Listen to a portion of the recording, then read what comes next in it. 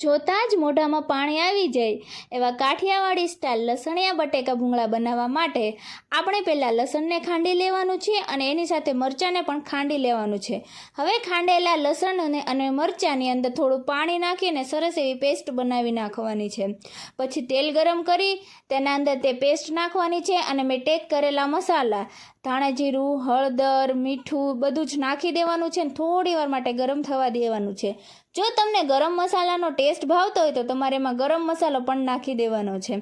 બધી જ વસ્તુ ગરમ થઈ જાય એટલે આ રીતના નાના નાના બટેટા હોય જેને આપણે બટેટી કહીએ છીએ એની ઉપર નાખી દેવાનું છે।